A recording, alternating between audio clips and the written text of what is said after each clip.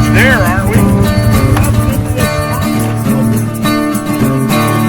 Back up maybe Yeah, if 75 to 100 yards. It's a little bit of a hill. Get up on top of that hill. there's some mature trees right in here, which should be good for a stand. There was a nice oak tree back there about 100 yards back. I think it'd be a good one for the stand. How far are we from that pin I dropped? We got to be pretty much right on it. Let me take a look on my Onyx here. We're less than 100 yards from that pin. All right, I'm looking at it here. It's dropping into this swamp right now. Yeah, there's a big beaver pond right over that way. Right. 150, 200 yards. Let's find a spot. I like it.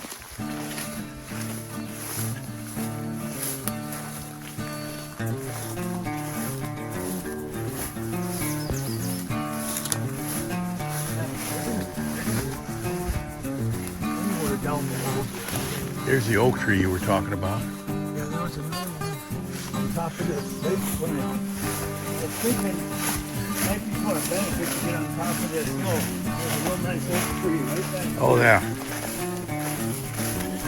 Nice, pretty decent access to come right through here to bait.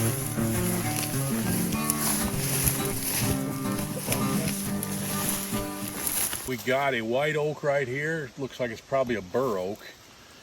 And this is a new area that we asked the guy for permission, as a friend of Jake's that he knew since childhood, I guess.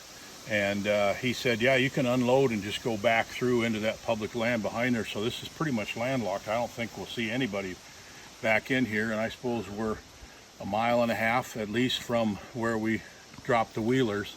That oak tree there, about 14 yards away, we got a good tree to put the bait on. We got a good tree for the camera right here. Got a bunch of clearing to do in here. We're gonna have to come back in here when we come to bait it and do a bunch of clearing just to get a shooting lane from there. But straight behind the bait then, about 100 yards, is a swamp with a beaver pond. And it's really thick in here. It's got everything. I just feel really good about it. I feel like somebody's going to kill a big bear in here. Well, we are 1 week away from opening a baiting. It's a day that I anticipate and look forward to all year long. Well, I got a lot to cover here. Probably wondering about my shoulder, so I might as well start with that. So I had an MRI on the shoulder, and the tear, the rotator cuff tear, is not very bad.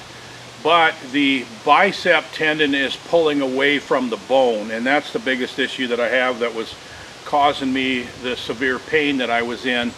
And so what they did was gave me a shot that's supposed to help with that, and then they gave me actually a series of shots, but then they gave me a cortisone shot in the shoulder also, which is supposed to be good for about 6 weeks. So I'm just supposed to be taking it easy on it. I don't have any severe pain right now, although after a day in the woods, I do have some soreness, but it's not too bad. Not something I can't live with. I'm doing a lot of stuff left-handed. But, so that's the situation with the shoulder. I should be able to get through the season now. I'm actually doing some exercises to help it, and I'm planning to bow hunt for both bear and deer this fall. So that's the update on that. So we have been spending a lot of time in the woods.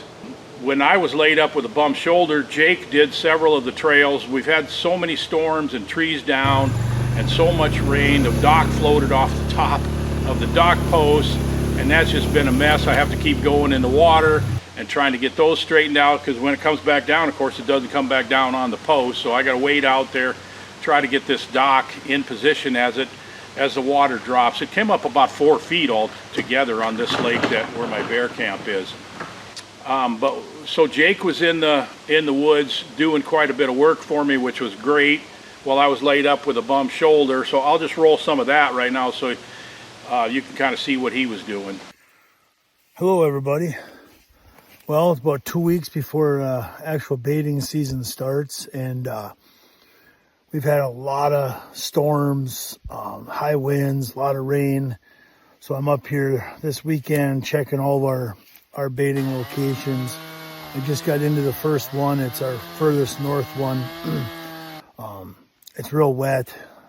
And I tell you the other thing, these mosquitoes sure have hatched. But yeah, so getting all these trails broken into, there was a lot of logs down on this trail alone. So I'm thinking it's going to take quite a few days here to get all these open back up, and then we cross our fingers for no more storms.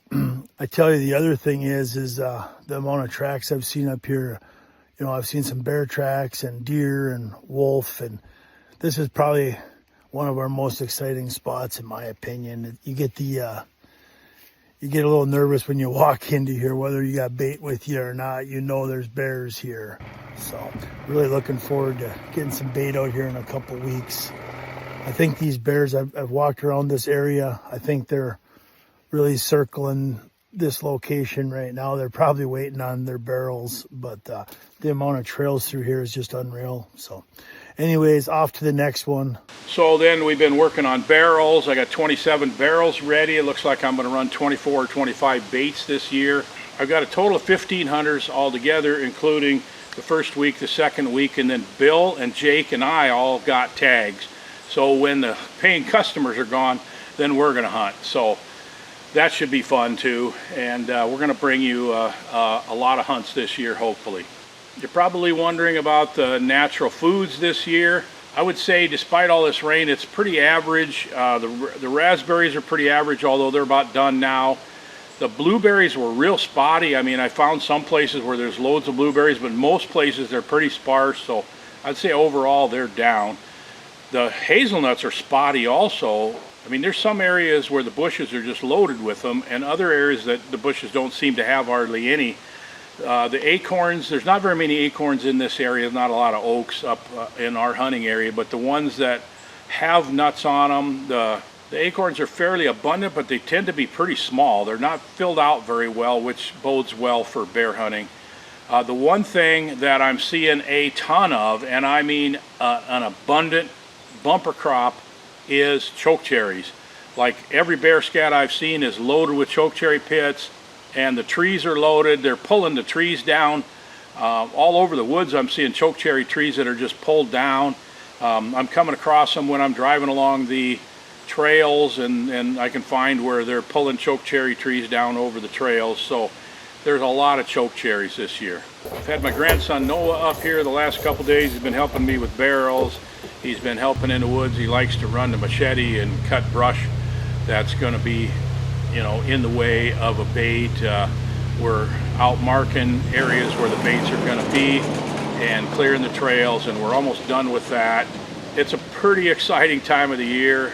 So the baiting is only a week away, and we're going to start vlogging the actual baiting, and you're going to see trail camera pictures of bears, and we're going to be in the woods every day then. We got a lot of good help this year, and it's going to be really fun. If you're not a subscriber, hit the subscribe button and click that bell so you do get a notification when we post a video. They're going to, in about a week here, they're going to start coming at you pretty fast. So should be really fun, and I'm glad you're a part of it.